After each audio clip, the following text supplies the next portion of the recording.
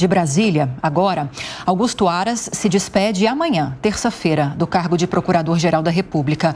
O Bruno Pinheiro chega agora com mais informações sobre essa transição para você. Augusto Aras, que está no fim do mandato, disse que os últimos anos à frente do cargo foram de desafios, falsas narrativas e incompreensões. Aras discursou na sessão do STF. O PGR costuma participar dos julgamentos no papel de representante do Ministério Público. O mandato de Aras encerra no fim deste mês. Ele não deve ser reconduzido ao cargo através de Lula, a quem cabe indicar o PGR.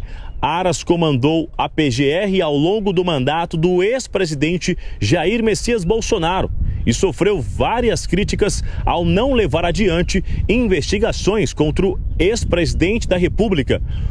Como exemplo, denúncias sobre a atuação de Bolsonaro na pandemia de Covid. No STF, ao defender sua atuação, Aras disse que a sua gestão teve algumas incompreensões e falsas narrativas dissonantes com o que foi realizado.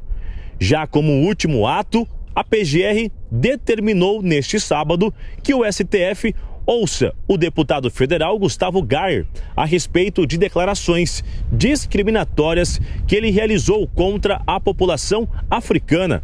O parlamentar se tornou alvo de 2 peticionamentos eletrônicos no Supremo, após ele questionar a capacidade cognitiva de africanos e de brasileiros. As declarações de Gayer foram feitas durante uma entrevista.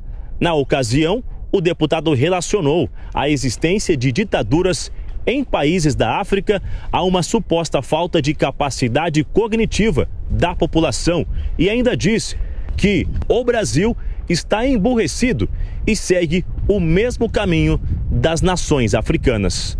Os 2 peticionamentos para apurar as acusações contra o parlamentar já têm relatores. O primeiro sobre a relatoria da ministra Carmen Lúcia. O segundo já tem como relator o ministro Luiz Roberto Barroso. De Brasília, o Bruno Pinheiro. Vamos então a mais um giro de opinião aqui no Jornal da Manhã. Começo com você, Amanda. Por mais que haja uma pressão para que o governo indique mulheres para esses cargos de poder, não só para substituir Rosa Weber, mas como também para substituir Augusto Aras, são 3 nomes que estão no páreo. Quais são suas expectativas a respeito dessa indicação? Quem deverá ser o próximo PGR? A única certeza é que será um homem, Exatamente. né, Lívia? Não tem ninguém nesse páreo que seja mulher, até para um governo progressista. Os nomes que frequentam o bolão de apostas, tanto para o STF como para a PGR, o de mulheres, de fato, não frequentou nenhum desses bolões de apostas. Bom, os 2 mais bem colocados para ocupar o cargo de Augusto Aras são o Bigonha, o Antônio Carlos Bigonha, e o Paulo Gonet. O Antônio Carlos Bigonha é o nome do PT. Ele sempre foi defendido por cultivar ideais mais progressistas, sempre ter se colocado contra a Lava Jato, ter sido um crítico contumaz da Lava Jato. Aliás, a maioria desses que estão hoje no bolão de apostas, acho que tem que ter como prerrogativa, pré-condição, o fato de ser crítico à Lava Jato. O Paulo Gonet é um nome que tem o apoio de figuras importantíssimas no STF, o Alexandre de Moraes, o Gilmar Mendes, e não só na Câmara e no Senado também, dos presidentes Lira e Pacheco, e também de líderes informais do governo, como o senador Davi Alcolumbre, do União Brasil. Então, veja que é um nome que frequentou muito os holofotes, principalmente nessa viagem que Lula fez semana passada a Nova York, na ONU, até porque ele foi ladeado de todas essas figuras importantes da política que o pressionaram pela indicação de Gonet. E na reunião que Lula teve antes da viagem a Nova York, tanto com Gonet como com Bigonha, ele não saiu muito impressionado com nenhum dos 2, mas o que se diz nos bastidores é que Gonet teria se saído um pouco melhor do que Bigonha. Aí começaram a surgir novos nomes também apresentados ao Lula como uma opção, uma espécie de plano C, né? Um plano B, melhor dizendo, o Luiz Augusto Santos Lima, que é um subprocurador com um perfil mais garantista, o Aurélio Rios e o Carlos Frederico dos Santos, que é responsável pelo julgamento, representante da PGR nesses julgamentos dos réus de 8 de janeiro.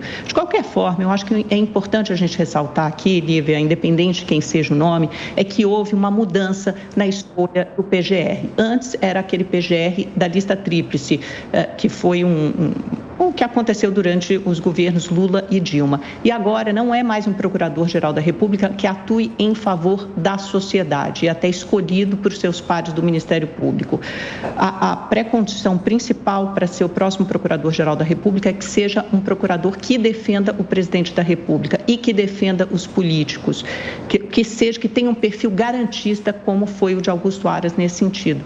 Não por acaso, algumas pessoas muito próximas a Lula, como Jacques Wagner e Rui Costa, que até são da Bahia, mesmo estado de Aras, defendiam inclusive a recondução do atual procurador, que foi um exímio defensor de Bolsonaro, foi o principal, a pessoa que mais agiu para blindar o ex-presidente da República durante o seu mandato. Ô Cláudio, é correto afirmar que o presidente Lula procura um Augusto Aras para chamar de seu? E, caso sim, por quê? Pois é, Colombo. Foi a janela de oportunidade aberta por Jair Bolsonaro ao nomear Augusto Aras. Como mencionou a Amanda, né, agora essa questão da lista tríplice ela está sendo ignorada de forma solene. É muito curioso, não deixa de ser irônico, porque a lista tríplice sempre foi algo que o próprio PT defendeu no passado.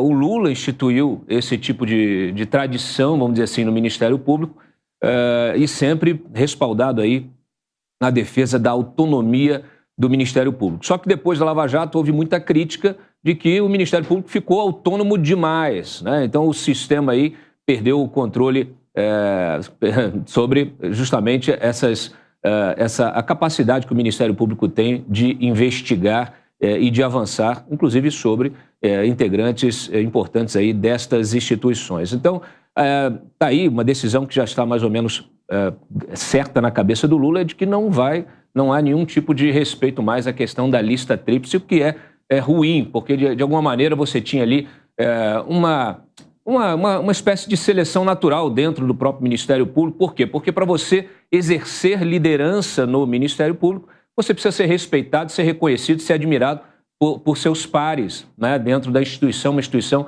que é importantíssima para a sociedade. E nesse caso, sempre fica a dúvida sobre quem será o próximo chefe do Ministério Público.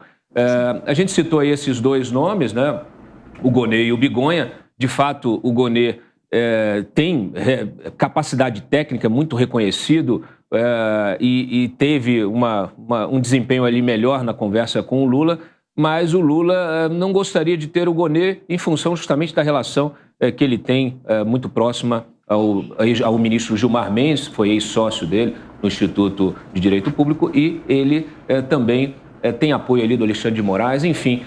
O Lula ele gostaria de ter alguém mais da sua cota pessoal. O problema é que nos últimos anos o PT perdeu conexão com o Ministério Público. O partido sempre teve ali nomes importantes, nomes que tinham afinidade. Não é o caso do Bigonha, apesar do Bigonha ter algum tipo de relação, mas é o mais próximo que se tem hoje do partido e do próprio Lula. Então não há mais esse contato estreito que havia anteriormente, durante muitos anos, em função até da própria posição do PT como oposição, como aconteceu antes de assumir o poder. Então, no final das contas, está aí a dúvida sobre quem o Lula vai escolher, justamente em função de ter de ser alguém da sua estrita confiança.